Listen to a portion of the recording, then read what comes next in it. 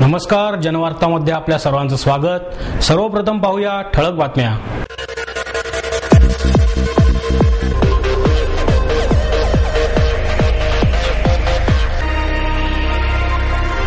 शहरात डॉक्टर बाबासाहेब आंबेडकर यांची 120वी जयंती मोठ्या उत्साहात साजरी।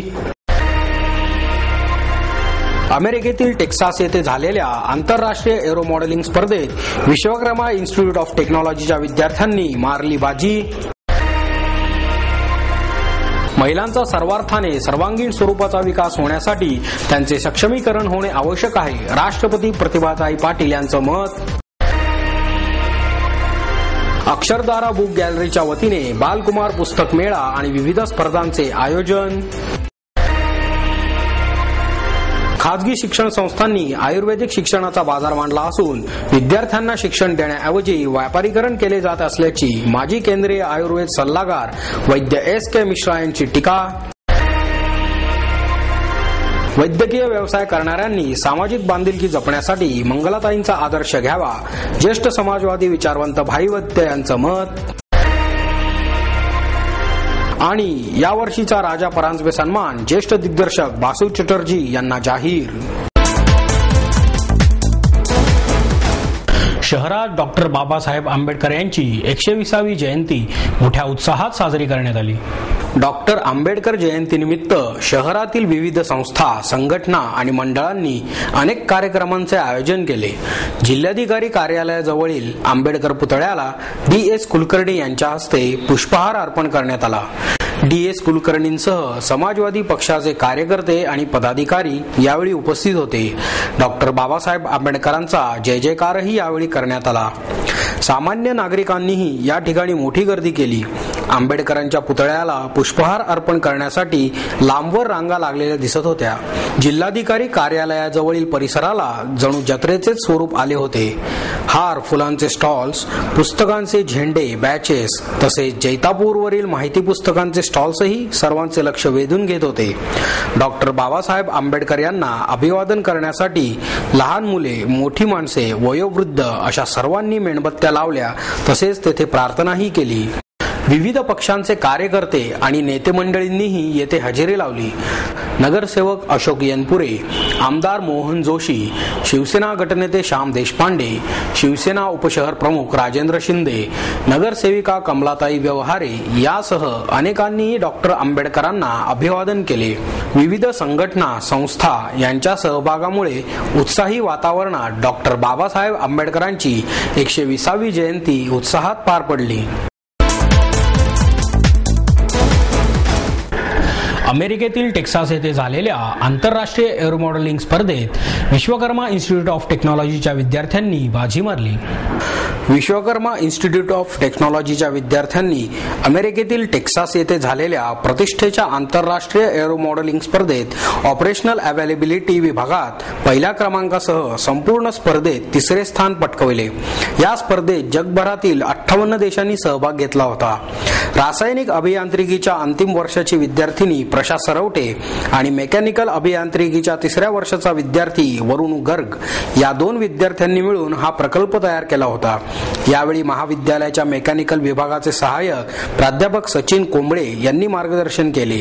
नासा आणि अमेरिकेसाठी लष्करी साहित्य पुरवणाऱ्या लॉकहीड मार्टिन या कंपनीच्या वतीने गेल्या 25 वर्षांपासून ही स्पर्धा आयोजित करण्यात येते। यात भारताला प्रथमच यश मिळाले आहे। यावेळी प्रशा म्हणाली, सहभागी होण्यासाठी प्रथम निकषांप्रमाणे डिझाईन पाठवले। त्यात निवड झाल्यावर टेक्सास येथे जाऊन 4 परीक्षकांसमोर याचे सादरीकरण केले। त्यानंतर प्रत्यक्ष फ्लाइंग करण्यात आले। वेगवेगळ्या वातावरणात विविध वजने ठेवून याची चाचणी घेण्यात आली। प्रकल्पाच्या आकारमानानुसार लहान प्रतिकृतींच्या गटात विश्वकर्मा इन्स्टिट्यूटच्या संघाने केलेल्या प्रतिकृतीला 3रा क्रमांक मिळाला। भारतात एरो मॉडेलिंग क्षेत्रासाठी प्रचंड पोटेन्शियल आहे, पण हे क्षेत्र अत्यंत खर्चिक असल्याने दुर्लक्षित आहे, असे मत या विद्यार्थ्यांनी पत्रकार परिषदेत व्यक्त केले।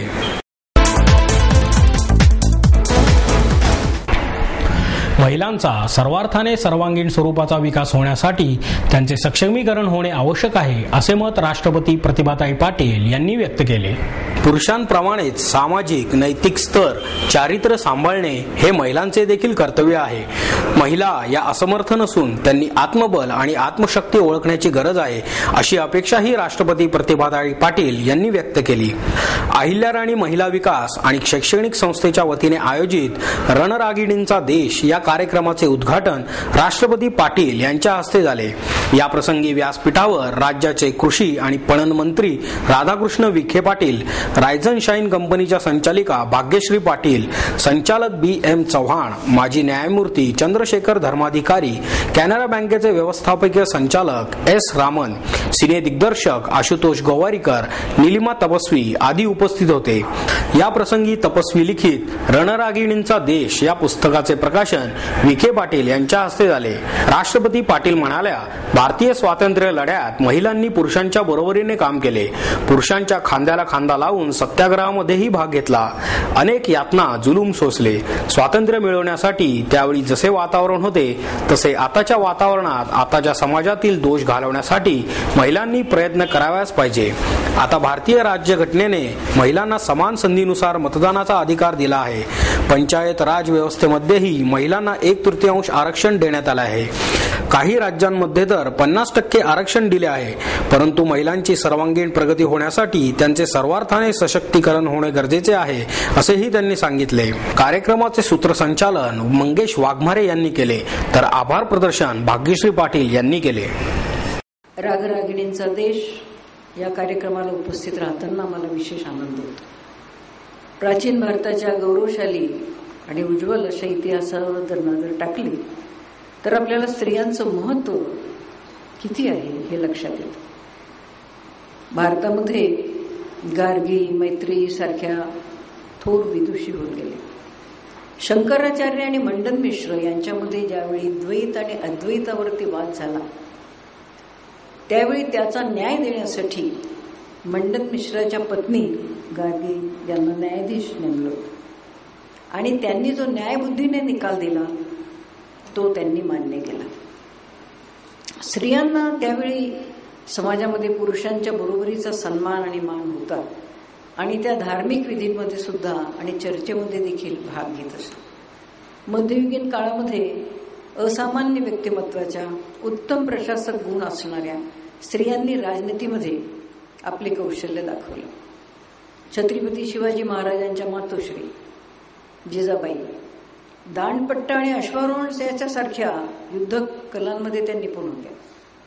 त्यांनी आपल्या थोर शिकवणीद्वारे बाल शिवाजीच्या मनावर स्वराज्याचे संस्कार केले. सगळ्यांना माहिती, त्यांना एक साहसी, विचारी आणि न्यायप्रिय असा राजकर्ता हे आईने घडवले.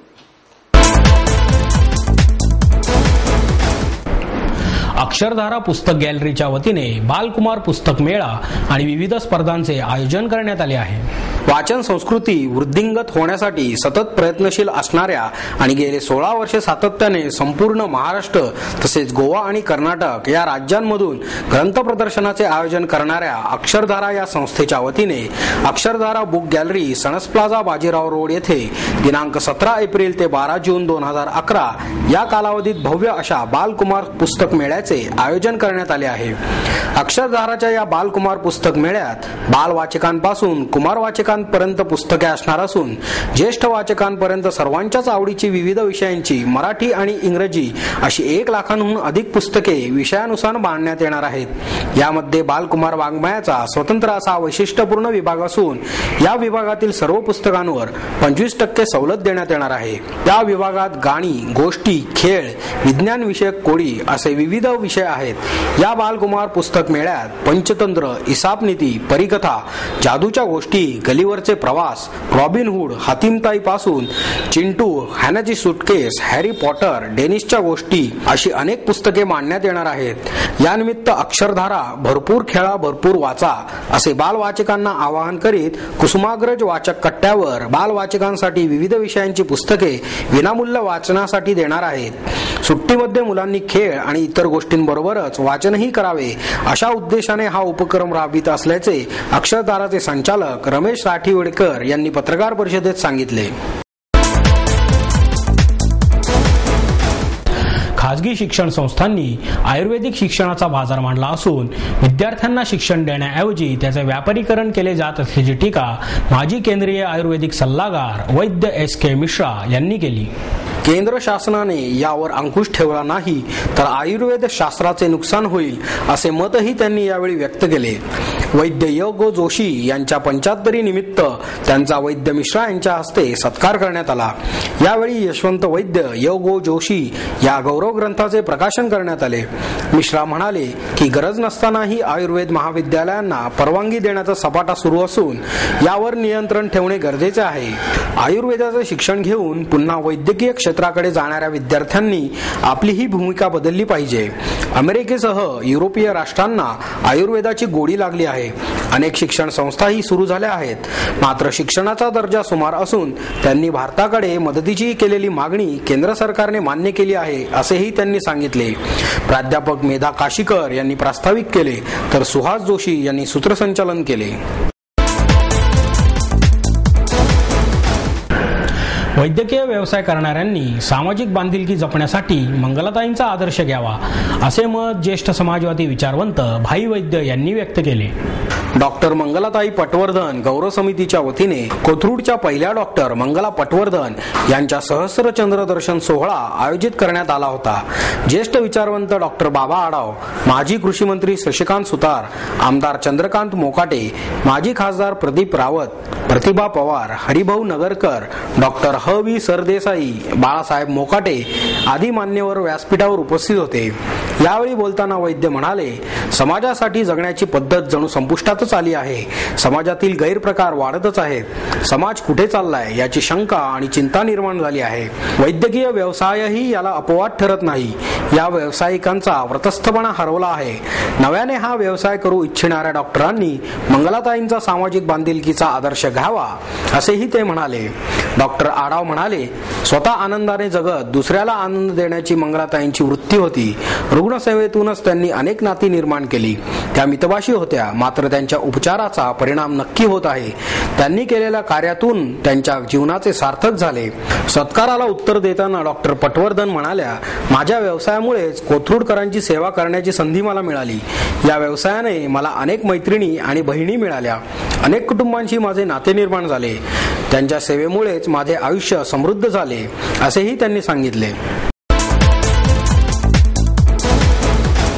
या वर्षीचा राजा परांजपे सन्मान ज्येष्ठ दिग्दर्शक बासू चटर्जी यांना जाहीर करण्यात आला आहे। 2011चा राजा परांजपे महोत्सव दिनांक 16 ते 20 एप्रिल दरम्यान आयोजित करण्यात आला आहे। 16 एप्रिलला दुपारी 3 वाजता राष्ट्रीय चित्रपट संग्रहालयात ज्येष्ठ दिग्दर्शक राजदत्त यांच्या हस्ते या महोत्सवाचे उद्घाटन होणार आहे। महोत्सवादरम्यान राजा परांजपे सन्मान ज्येष्ठ दिग्दर्शक बासू चटर्जी यांना, तर तरुणाई सन्मान संगीतकार कौशल इनामदार, अभिनेत्री मुक्ता बर्वे, दिग्दर्शक सतीश राजवाडे, अभिनेता श्रेयस तळपदे यांना प्रदान करण्यात येणार आहे अशी माहिती राजा परांजपे प्रतिष्ठानच्या अध्यक्षा अर्चना राणे आणि सचिव वीरेंद्र चित्राव यांनी पत्रकार परिषदेत दिली। महोत्सवादरम्यान राजा परांजपे यांचे हा माझा मार्ग एकला, ऊन पाऊस, पुढचं पाऊल, लाखाची गोष्ट, सुहासिनी, जगाच्या पाठीवर, गंगेत घोडं न्हालं, संत वाहते कृष्णामाई आणि पेडगावचे शहाणे हे दुर्मिळ चित्रपट दाखवण्यात येणार आहेत। उद्घाटनानंतर आनंद माडगुळकर यांनी दिग्दर्शित केलेल्या चित्रयोगी राजा परांजपे या 60 मिनिटांच्या लघुपटाचे खास प्रदर्शन आयोजित करण्यात आले आहे। दिनांक 17 एप्रिलला सकाळी 10 वाजता कौशल इनामदार मुक्ता बर्वे, सतीश राजवाडे, श्रेयस तळपदे यांच्याशी अभिनेत्री स्मिता तळवळकर संवाद साधणार आहे. दिनांक 18 एप्रिलला दुपारी 2 ते 5 या वेळेत अंडरस्टँडिंग राजा परांजपे या विषयावर खास कार्यशाळेचेही आयोजन करण्यात आले आहे, ज्यामध्ये राजा परांजपे यांच्या दिग्दर्शन, संगीत आणि तंत्र या पैलूंचा मागोवा घेण्यात येणार आहे. चित्रपट अभ्यासक समर नखाते याबद्दल मार्गदर्शन करणार आहेत. दिनांक 19 एप्रिलला राजा परांजपे यांच्या जीवनावर आधारित संकेतस्थळाचे सायंकाळी 6 वाजता उद्घाटन होणार आहे. दिनांक 20 एप्रिलला महोत्सवाचा समारोप होणार आहे.